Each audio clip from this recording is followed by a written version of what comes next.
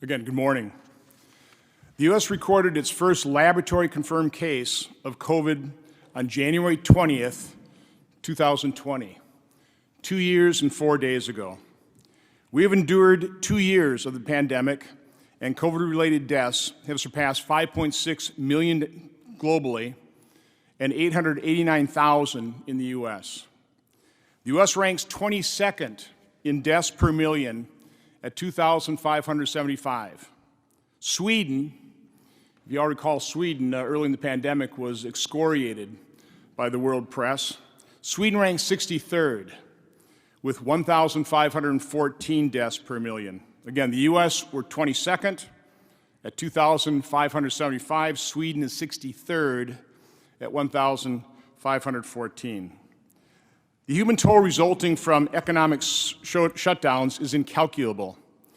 The erosion of freedom and growing divisions within society, exacerbated by vaccine mandates, should concern us all. The latest variant, Omicron, is sweeping the planet as a weary public prays for it to be the last. The purpose of today's forum is to discuss the global pandemic response, the current state of knowledge regarding early and hospital treatment, vaccine efficacy and safety, what we did right, what went wrong, what should be done now, and what needs to be addressed long term. There's still much to learn about the coronavirus, COVID the disease, and COVID vaccines. Early in the pandemic, our knowledge was minimal. But even then, because of what we learned from Italy and the Princess cruise ship, it was becoming obvious COVID was a disease that targeted the old and those with certain comorbidities. Instead of using that information, public health officials pursued a one-size-fits-all response that relied heavily on creating a state of fear to ensure compliance. They also kept moving the goalposts. For example, we went from a 2-week shutdown to flatten the curve to zero COVID. From masks weren't necessary to a single mask wasn't adequate. From a vaccine that would prevent infection to a vaccine that reduced severity of the disease. And as goalposts were moving, different viewpoints were being crushed. At the very moment when outside-the-box thinking was required, the internet could have been used by practicing physicians to share their experiences as they developed effective therapies. The internet was used instead to censor discussion and vilify anyone with a different opinion. Until COVID, a fundamental principle of medicine was early detection, allowed for early treatment, which produced better results.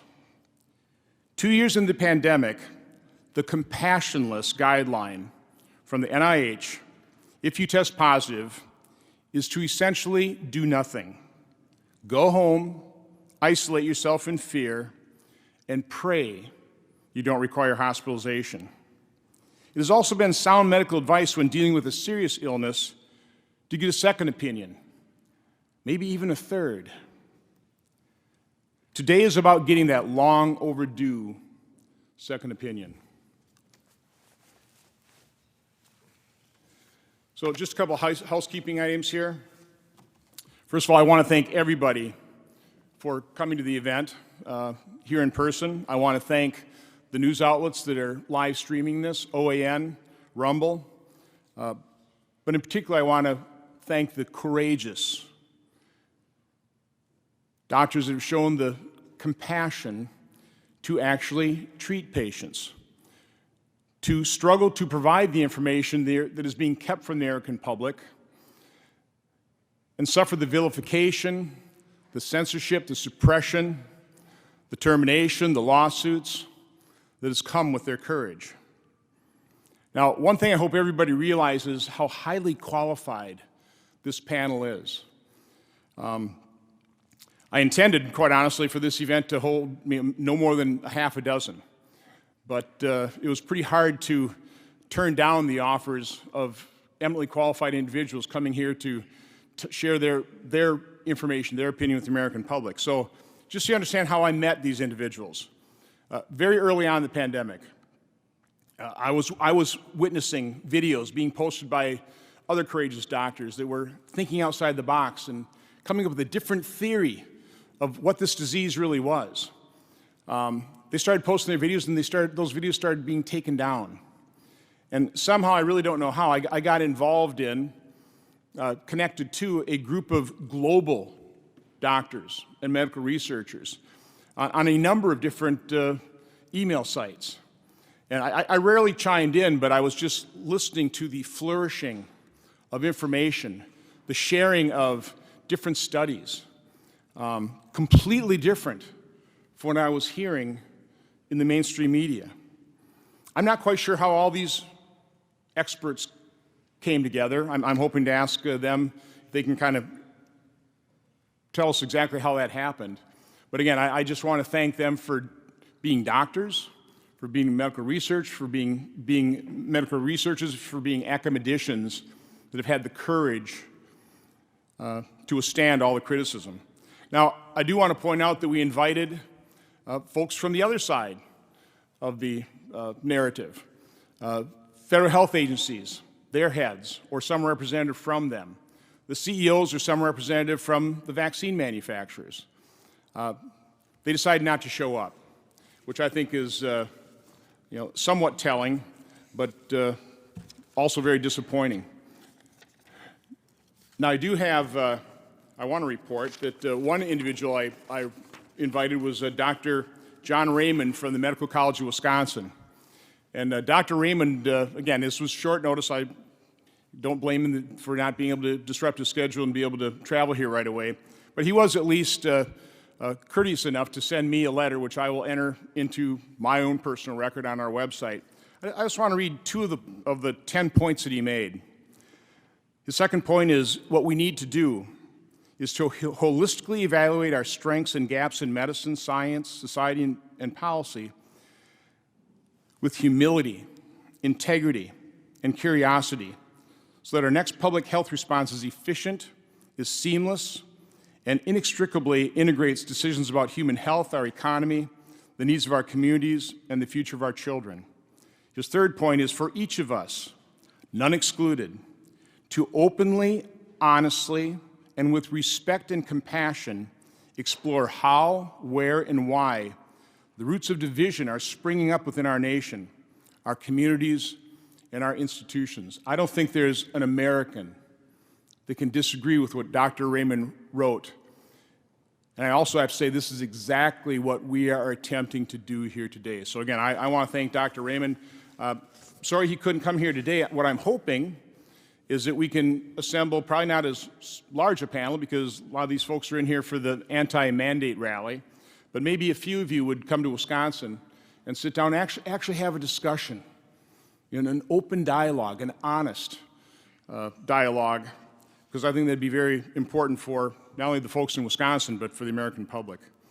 Now, the way this event is going to unfold is I've asked each of the presenters to provide an opening statement. I was quite adamant about keeping it to 400 words, so this should move pretty quickly.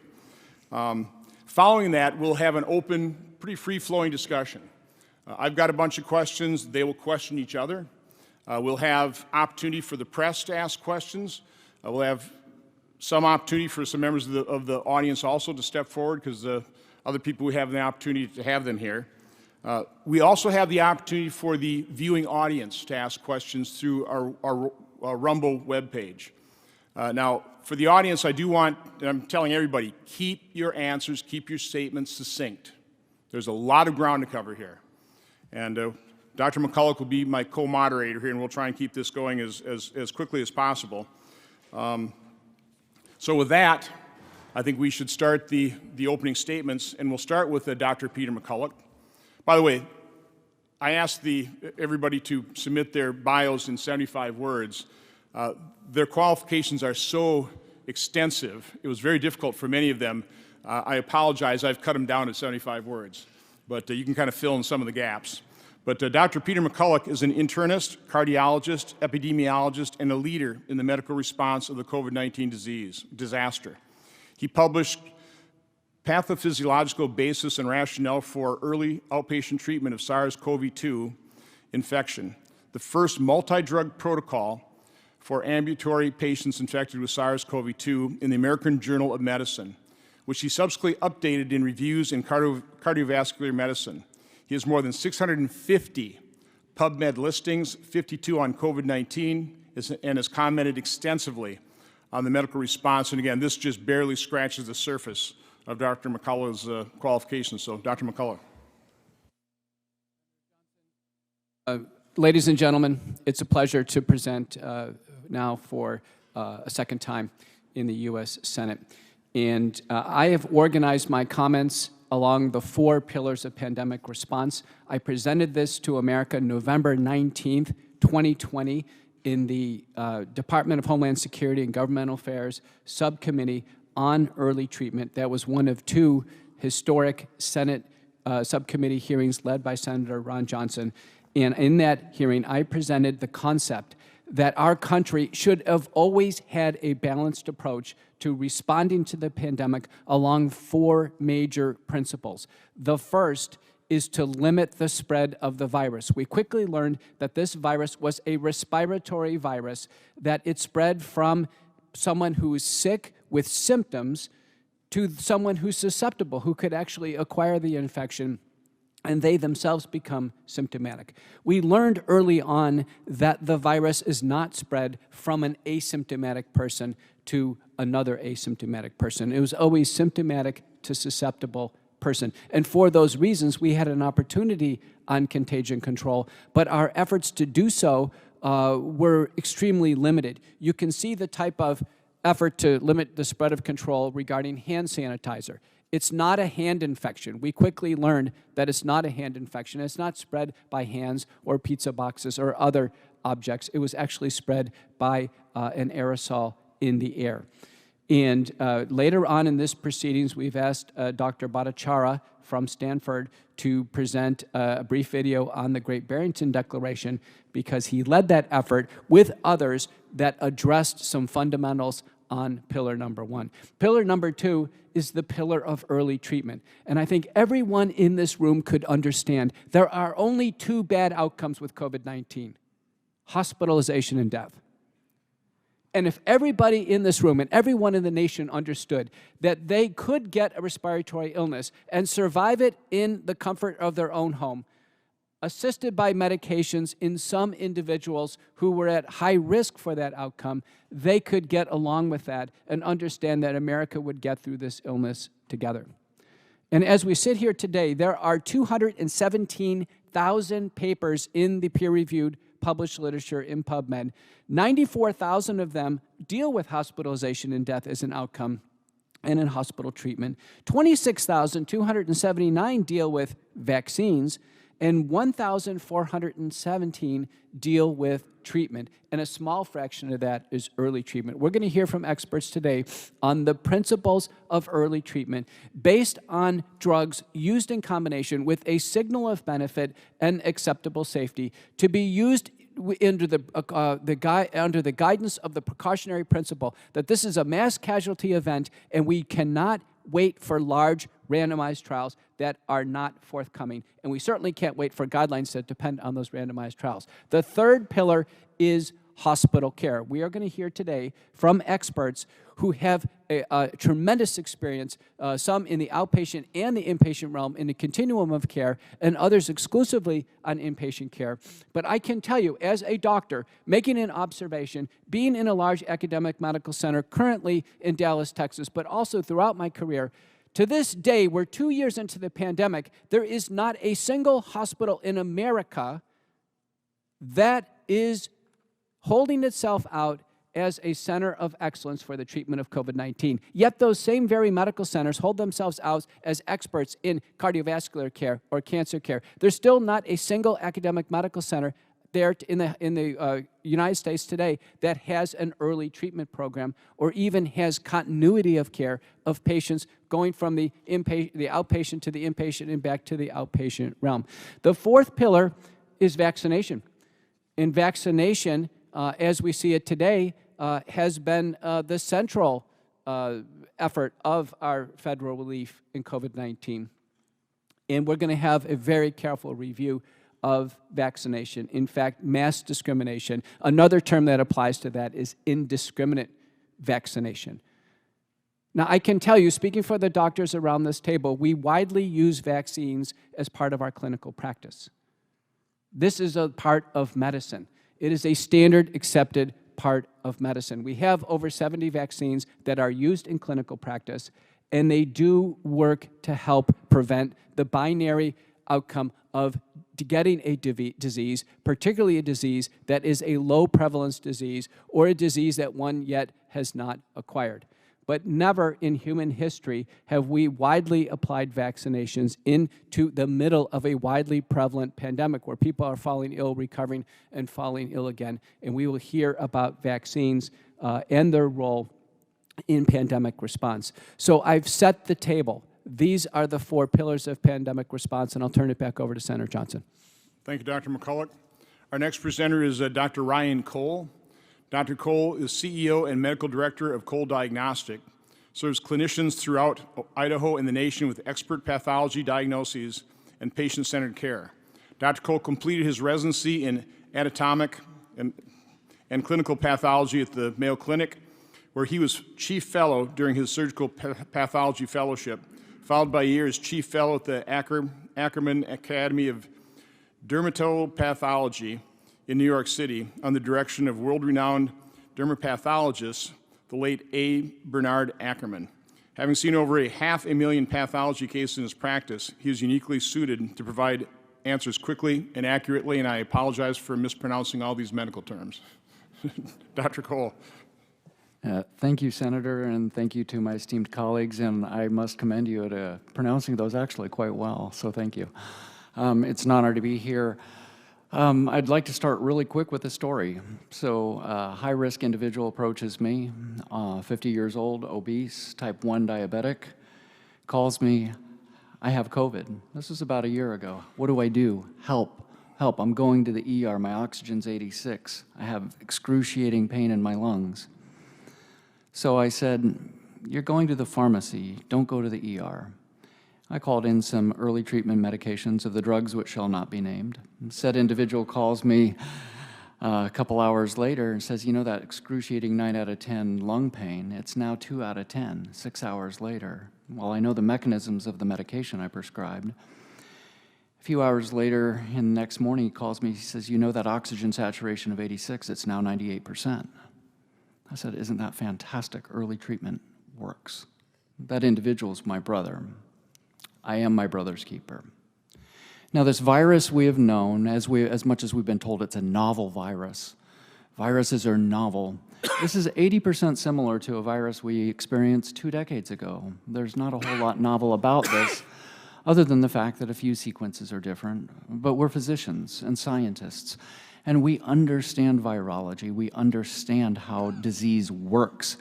So an upper respiratory infection, a virus, will replicate in the body for only about a week. At that point, you only have residual parts of the virus. So these tests that pick up, oh, you're positive still, you're positive still. No, those are the car parts, not the car anymore. So we have a week of intervention to where we can maybe try to intervene and stop the viral replication. Beyond that, we're really just spitting in the wind. Beyond that, then the virus and the phase of the disease becomes an inflammatory one, and we know with this particular disease, a clotting one. Well, in medicine for eons, we have known how to treat inflammation and clotting. So the simple construct or the simple concept that there's nothing we can do, go home, let your lips turn blue, is a false construct. It just takes the will to say, we're smart individuals. I sit here with an esteemed team of bipartisan colleagues from all walks of medicine and politics and life that are highly intelligent, that know how to treat a simple upper respiratory infection and the things, the sequelae that happen after the virus is replicated. So yes, I am my brother's keeper. Yes, I am a scientist. Yes, you're privileged, and I'm honored to be in a room of such intelligent people that know that there is treatment for this disease. Early treatment saves lives. Thank you. Thank you, Dr. Cole. Our next presenter is Dr. Harvey Risch. Dr. Risch is a professor of epidemiology at Yale School of Public Health. He has been a university epidemiologist for more than 40 years and is a fellow of the American College of Epidemiology and a member of the Connecticut Academy of Science and Engineering. After getting his MD degree, he completed a PhD in mathematical modeling of infectious epidemics. He has published more than 400 scientific research papers that have been cited more than 44,000 times. Just quick little aside here. Dr. Risch and Dr. McCulloch joined me with Dr. George Freed, who can't be with us today, in November of 2020 in my first hearing on early treatment. Following that, the New York Times published an article, a column written by the Democrat witness at that hearing, Dr. Ashish Jha, who had never treated a COVID patient. I actually read an article later. He holed up in his apartment for like over a year until he got a vaccine. But the New York Times titled that paper, or that column, "The Snake Oil Salesman of the Senate." I want people to know that because as you listen to Dr. McCulloch, as you listen to Dr. Risch, ask yourself, do they really seem to be snake oil salesmen to you? They seem to be eminently qualified professionals that, again, in Dr. McCulloch's case, has had the courage and compassion to actually treat COVID patients. Dr. Risch. Thank you, Senator, colleagues, listeners. It's my honor to be addressing you today and to answer questions later. We heard at the beginning of the pandemic that one of the medications that has been used in early treatment, hydroxychloroquine or HCQ, was a game changer and would be effective in the treatment of COVID outpatients starting during the first few days of the illness. And then we heard study after study and media report after media report saying that HCQ doesn't work. These negative claims continued for months until the media got bored with all this and then acted as if the case were closed. However, this was a sham. The media reports never covered how the negative studies were actually fake studies. Well, they did cover the Surgisphere fraud, the study that was published that was retracted, but that managed to change the WHO's policy before it got retracted. And the media never covered how the randomized trials that were put out that were supposedly informative about the lack of benefit of hydroxychloroquine had hid their positive results, were designed for low-risk people who never had any real risk for hospitalization or death outcomes, were not blinded, or had no idea who their internet participants really were, or any of the other numerous flaws that made them essentially irrelevant. And the media studiously avoided covering the 10 proper trials of hydroxychloroquine outpatient use that showed significant benefit for hospitalization and mortality. And just as a quick aside, the top two figures are for hydroxychloroquine for hospitalization risk and mortality risk. To the left of the vertical line means benefit. The diamond means how big the range of possible values are. There's very significant 50% reduced risk for hospitalization, 75% reduced risk of mortality. And just for comparison, you can see very similar results for ivermectin in the bottom two trials. Okay? This is real evidence. This is real scientific evidence. Now, the media has not reported any of these studies, but that does not make them non-existent. These studies involved, the hydroxychloroquine studies involved more than 40,000 patients, including nationwide studies in 2 countries. So we see here that early hydroxychloroquine use dramatically reduces the risk of hospitalization and mortality. Now we could later, or never if you want, discuss randomized versus non-randomized trials, the scientific issues involved in that. But what you've seen here is essentially scientific proof. Given that, why aren't doctors across the U.S. actually prescribing hydroxychloroquine as part of early outpatient treatment? Well, in fact, early in 2020, doctors did start using hydroxychloroquine in outpatients. But this was short-circuited by an act of FDA and BARDA employees to use the emergency use authorization regulations to block hydroxychloroquine use in outpatients, except in randomized trials. And these trials that are the same ones that would be cut off by participant fear because of the Surgisphere papers. And then the FDA mounted its biggest fraud of all times.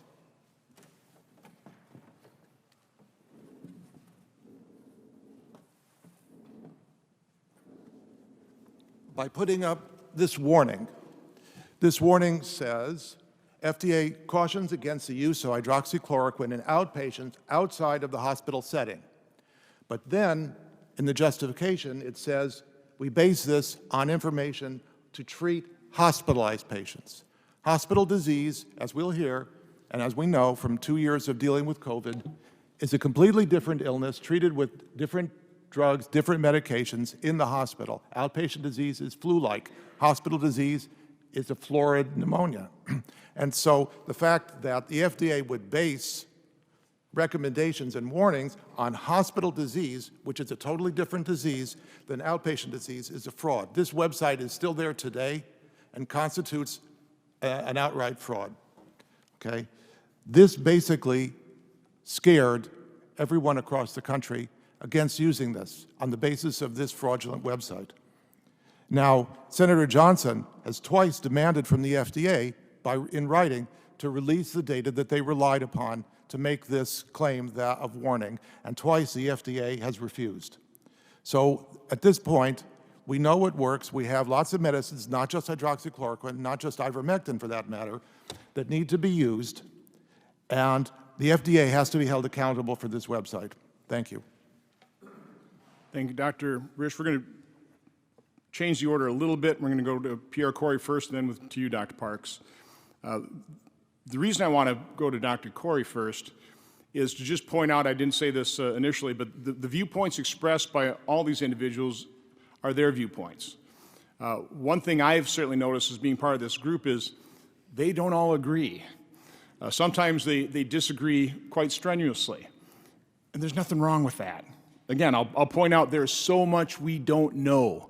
I would have liked to have seen a much larger dose of modesty coming out of our federal health officials and the legacy media and big tech when it came to, we would be so much better off if there was robust debate and discussion.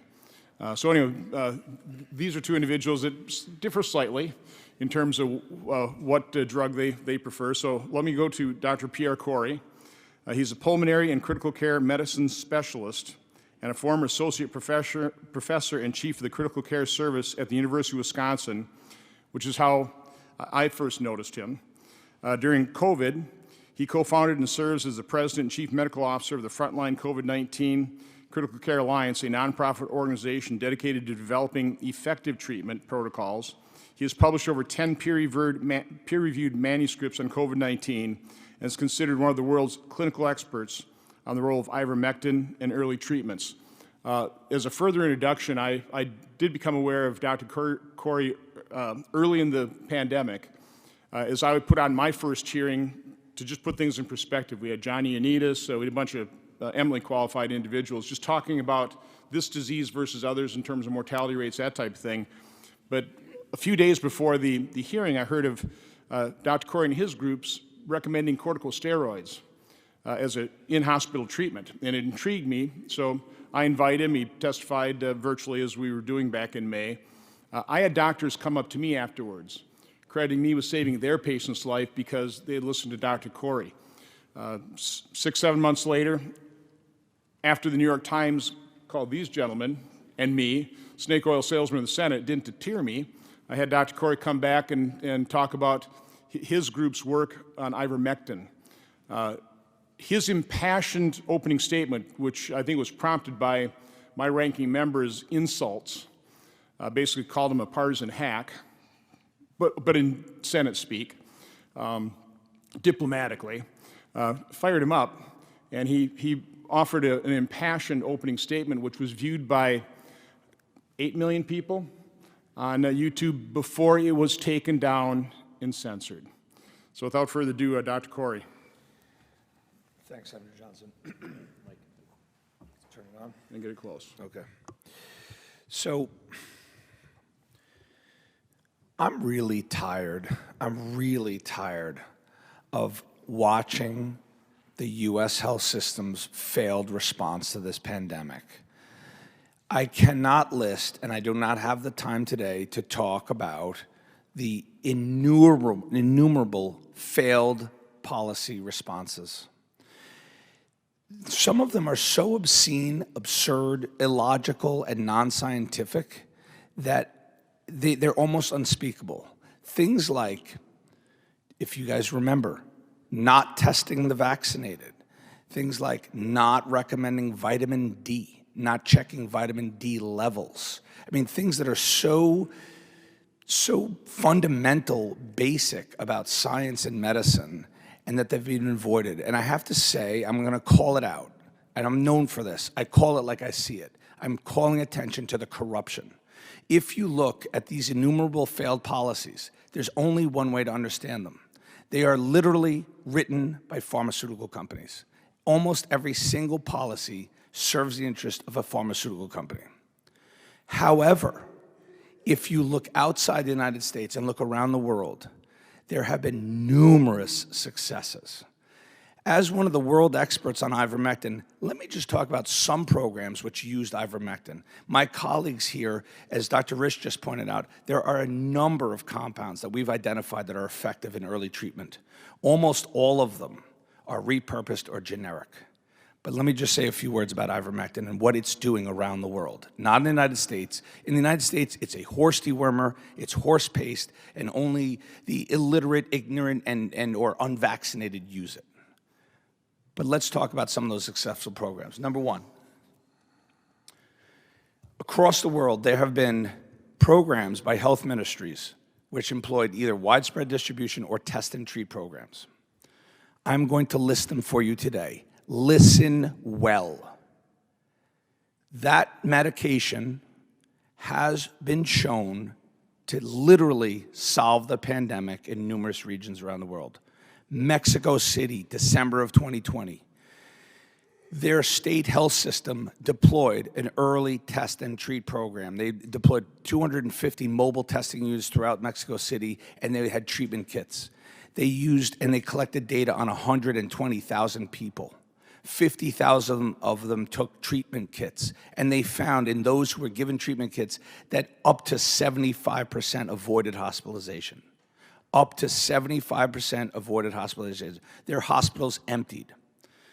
Argentina, La Misiones, another health ministry, early test and treat with significant dosing for 5-day strategy. They found that over 4,000 patients, again, 75% reduction in the need for hospitalization and an 88% reduction in death. They were avoiding hospitalization and avoiding dying.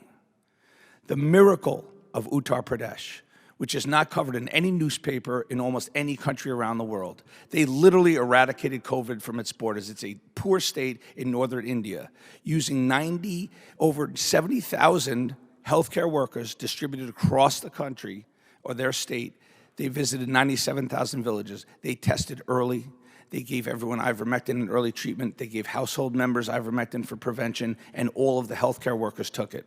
In September of 2021, they reported that in 67 of the 75 districts, there was not one active case. Their positivity rate in the previous 2.5 million tests was 0.007%, which is effectively zero. They eradicated COVID from their borders. This was not covered. This was not covered. 2 newspapers in India covered this, and the word ivermectin was not mentioned. The Brazilian city of Itajai. This is a paper that was published in the last 2 weeks. It is one of the most remarkable studies in the history of medicine because it included complete data on 160,000 people in the city of Itajai, where that health ministry in June of 2020 offered its entire citizens, inhabitants, the opportunity to take ivermectin as a preventative. 113,000 people decided to, and something around 50,000 did not.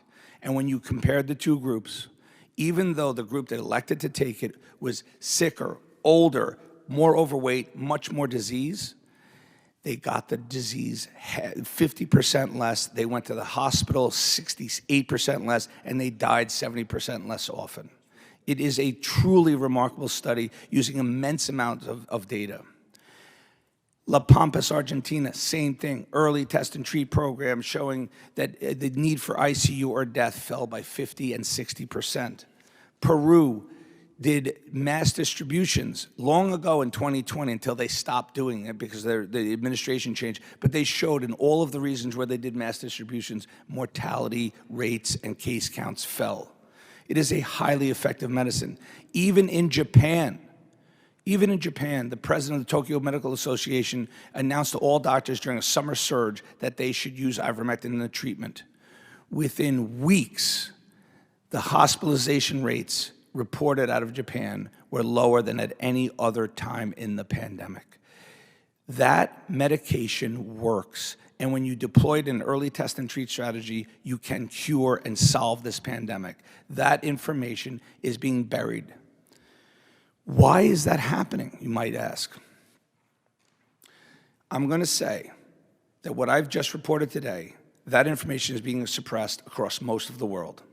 United States health agency structures and policies created over the last 50 years have tightly intertwined the pharmaceutical industry with public health institutions, resulting in repeated policies placing pharmaceutical industry interests ahead of the welfare of U.S. citizens. The industry's capture of our health agencies, combined with their increasing financial control of most major media, social media, and medical journals, has led to an ability to widely suppress and/or distort any information which supports the efficacy of repurposed, low-cost, off-patent medicines. This war has been going on for decades, and this decades-long war on repurposed drugs waged with the ever-present goal of protecting the market for novel, patented, obscenely profitable, and often barely tested and toxic medications, has reached a pinnacle in COVID-19. It's an absurdity, it's an obscenity, and it's a crime. It has to stop.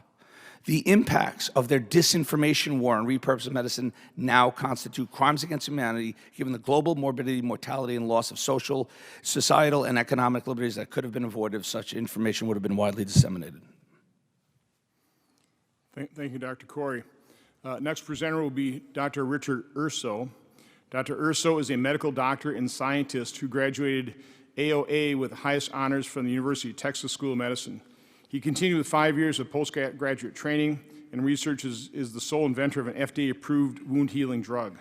He's gone on to repurpose many other medications for usage in scarring, wound healing, inflammation, and viral infection. He is the former chief of orbital oncology at the University of Texas MD Anderson Cancer Center. He's been involved in COVID-19 since March 2020, discussing pandemic response, and he has treated over 1,600 COVID patients. Quick, Dr. Urso, I've always thought of you as an ophthalmologist. You're an ophthalmologist, correct? Yeah. So obviously you have far greater qualifications, but I always was wondering, what was an ophthalmologist treating adult COVID patients? But yeah, that's a great question. So. I'll get to that. I'll weave that into the story because I have I think a really positive message. So it's been a great tragedy this last 2 years, but it really didn't have to be that way. I would say with my esteemed colleagues here, thank you for all of you have sort of influenced a lot of my thinking, and I think all of us will say that we have this. We know how to treat diseases. So COVID-19, the novel coronavirus. Right from the get-go, I spent 9 years in a tissue culture lab doing inflammation, scarring, tumor virus work. I really just looked at it, okay, it's a respiratory virus.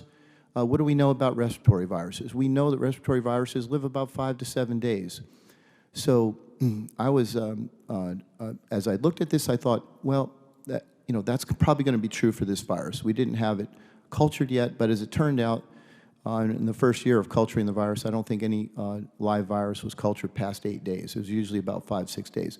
So that held true. So back in March of 2020, a bunch of my colleagues, we assembled, we started looking at options of what we can do. And it became quite evident after talking to people in Italy and South Korea and elsewhere that it was a respiratory virus that was going to be causing a lot of inflammation, And then one of the unique things that was happening here, this respiratory virus for a coronavirus was causing a lot of blood clotting. So you had respiratory distress, blood clotting, and inflammation. And so as a physician, you know, those are easy conditions to treat. The difficult part was really attacking the virus.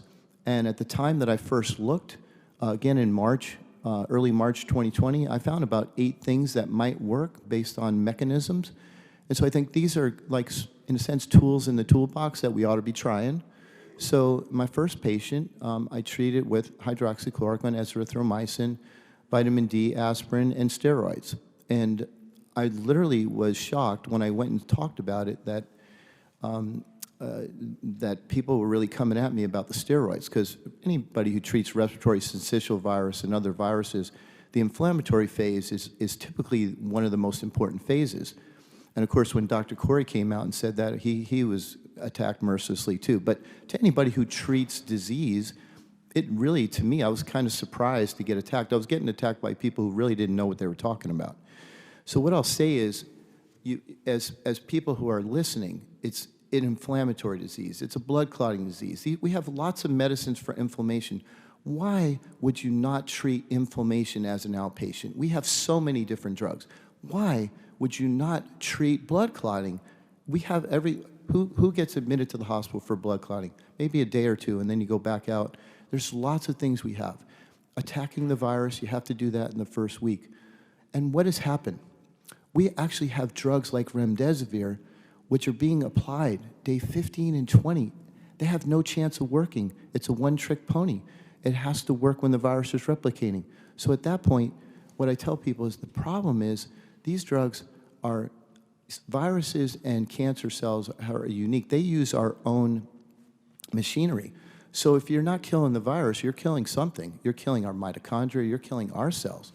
So these are just strategies that it doesn't take a lot of thinking. As a physician, I literally am shocked to see people using these drugs, you know, 2 and 3 and 4 and 5 weeks later. They can't work. So at the end of the day, I think the message that I kind of want to send is, as Dr. Cole said earlier, the virus isn't killing people. It's, in a sense, it's the viral particles creating the inflammation, creating the blood clots, the cars versus the car parts. So it's not dying from the cars, you're dying from the car parts. And we've had this the whole time, and I want to make one more, which I think is an important point. I would tell everybody, you can take any 2 drugs away, hydroxychloroquine, ivermectin, and still save almost all the lives. And that's the end message. We have so many tools in the toolbox. That's the message I want everybody to hear. We can beat this disease. I'll give you one more caveat. As we went from Delta to Omicron, one of the things that happened, and we all we worked together as a team, in a sense, we recognized that Omicron did not employ TMPRSS2 binding. What that means, it's like, in a sense, the virus grabs onto cells and it uses an ACE2 receptor, and it also uses another receptor called TMPRSS2. It's a serine protease. The bottom line is, we realized that a lot of the drugs that we were using for Delta, we didn't need in this new disease. That's called the practice of medicine. We adjust. That's what we do. That's how we've always done it, and that's why an ophthalmologist can figure this out, because I had a big background in clinical medicine. I've treated over my career over 300,000 patients, and I'm going to say that I think what you found here, which I want to answer the last point that Senator Johnson made, is why is an ophthalmologist treating? Because patients were languishing at home, and I've treated over 1,600 patients because patients were languishing at home with no treatment for inflammation, with no treatment for respiratory distress, with no treatment for blood clotting. It's absolutely absurd, and I wasn't going to let it happen. And I think, as you see in this room, all of us feel the same. Thank you. Well, thank you, Dr. Urso. I'm going to break protocol here because I'm in charge. Because there's another question I have. And this is the $64,000 question, and I'll have all of you answer it in some way, shape, or form. Why aren't other doctors using their medical skill? Why aren't they practicing medicine? Listen, I think it's appropriate to practice protocols. I mean, you're developing protocols and you're practicing them, but why haven't more doctors thought outside the box and again, had the courage and compassion to actually treat patients as opposed to follow the compassionless guideline from NIH, just succinctly. So succinctly this, when we first came down in March, we were getting messages to go home. And some of those messages were really strong. They basically said, and this is the start, the fear came into doctors' hearts. They said in Texas, for instance, if you use PPE, that you might be criminally liable for interfering with an Emergency Use Act. And it was pretty scary. A lot of us were like, well, what are we going to do? And we're like, well, I guess I won't wear a mask. But that only continued. It was a coordinated attack creating fear, and doctors felt that. And many doctors are actually working in employed positions, and as time went on, they were told in no uncertain terms, if you use these drugs, you probably will be fired. And nobody had to tell them. They're smart people. You don't have to draw a map. Well, we'll delve in the timeline in terms of when that initial fear, and let's face it, there was so much we didn't know early, but then we started finding things out to the point where we are now 2 years later. But I want to explore that timeline with all of you in terms of, because we have to diagnose what happened. Why are we today in the position we're in today with all we have learned? But we'll cover that. I'm going to have Dr. McCulloch kick off the next portion here. I'm going to finish up just on this last bullet point on pillar number 2, which is home treatment. And I want to see a show of hands in the room. We have roughly 100 people in the room. How many of you in the room yourself have had COVID-19? Okay, it's probably about 70% of this room. How many of you in this room, recognizing there are doctors, there are PhDs, there are attorneys, media experts, other scientists, public citizens, how many of you personally have witnessed censorship, intimidation, or professional reprisal and damage as a result of your advocacy for patients? I want this to be recorded. That is 80% of this room have experienced something negative in their life in trying to promote and help compassionately something positive for patients suffering with a potentially fatal illness.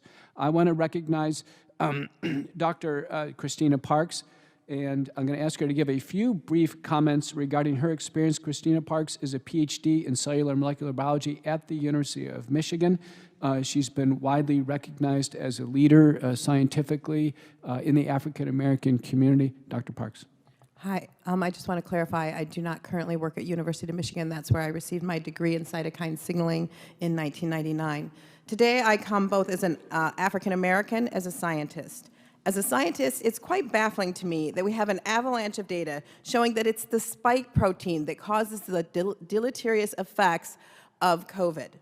All right? So, but we don't see any problem with putting genetic material into the cells of our body that tell it to make tons and tons of spike protein.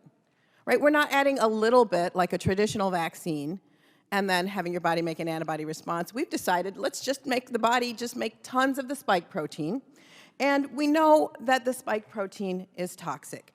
The Ginsha lab at Georgetown showed the spike protein signals through the ACE2 receptor, which usually doesn't signal at all, and that leads to pulmonary hypertension. This is causing inflammation. Evolio and at the Bristol Medical Center in the UK showed that the spike protein severely disrupts the functions of cells that support the heart. Maybe it's just me, but I want my heart cells to work right. Li and al. Out of Hong Kong demonstrated the antibodies made to the spike protein cross-react with our own tissues so that many people, when they make antibodies to the spike protein, they're getting an autoimmune response that can be devastating. I could go on and on and on. We know the spike protein is toxic. Why are we having our bodies make it? As an African-American scientist, I'm extremely troubled about this one-size-fits-all approach to vaccination and vaccine mandates. There is now a growing body of data showing that people of African descent respond more vigorously to vaccines containing RNA viruses and may need a lower dose. This is Gregory Poland's work out of the Mayo Clinic. And basically, he showed that they have both a higher innate and a higher humoral response. And in order for those vaccines to be safe, we're looking at something like the MMR with measles, mumps, and rubella, all RNA viruses.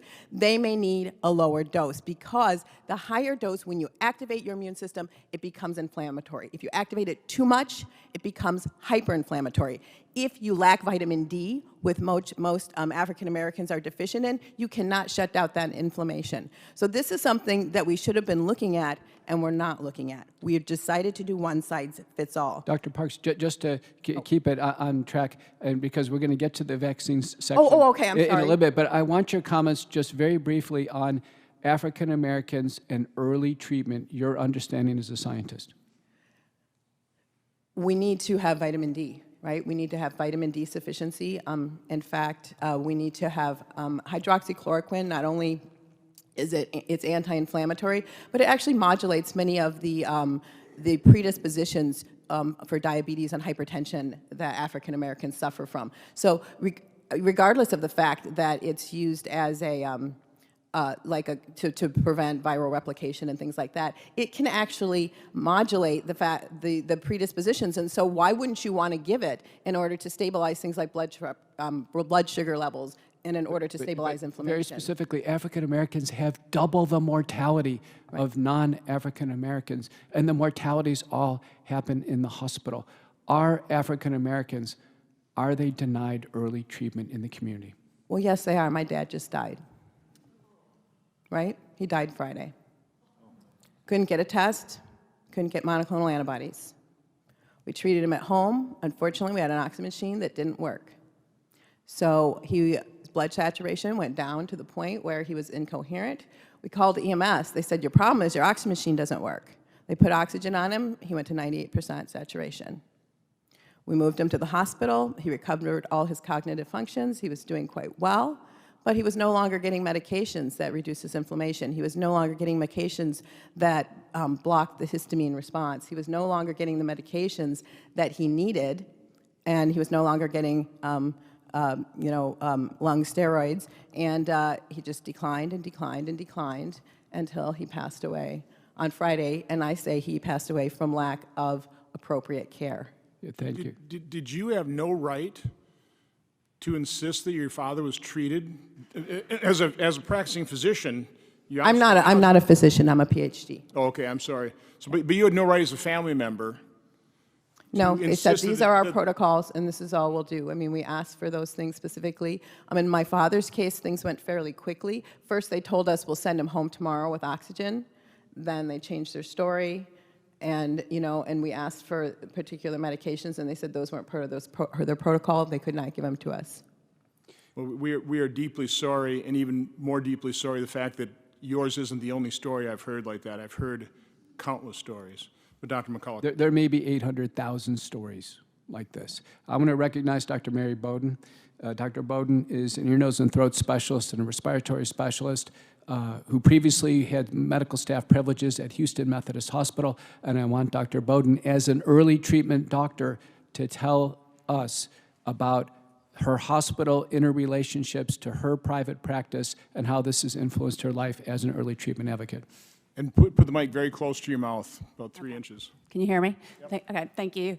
Thank you for having me. And so I'm sort of the real world doctor. I don't have the academic credentials that the rest of these esteemed colleagues have, but I'm a solo ear, nose, and throat doctor. I'm double board certified in otolaryngology and sleep medicine in Houston, Texas. And prior to COVID, I was sort of the resource for second opinions. I was who people came to get an honest opinion before sinus surgery because I'm known to be very conservative. I use surgery as a last approach. And since the pandemic, now I've become basically one of the few resources for patients in the 4th biggest city in the country to get early treatment for COVID.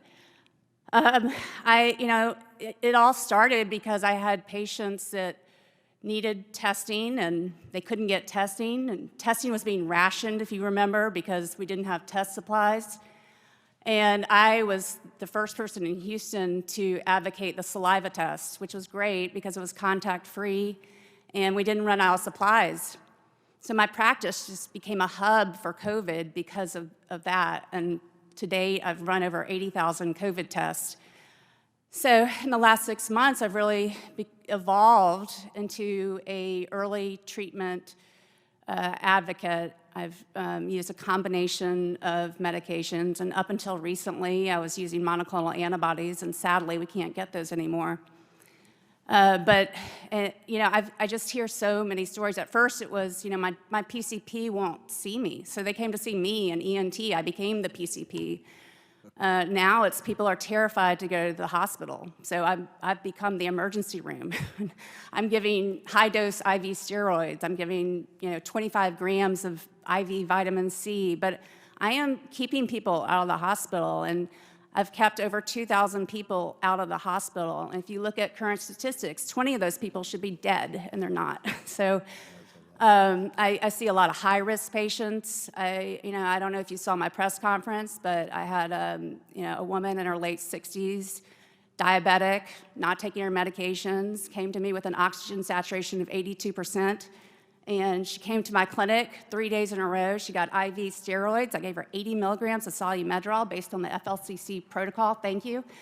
I gave her 2 grams of vitamin C. I gave her a slew of medications. I threw the kitchen sink at her because she refused to go to the hospital. And in prior times, I would say, you need to go to the hospital, but she refused. But now she's alive and doing wonderfully. And it's just sickening how many patients did not receive that kind of care.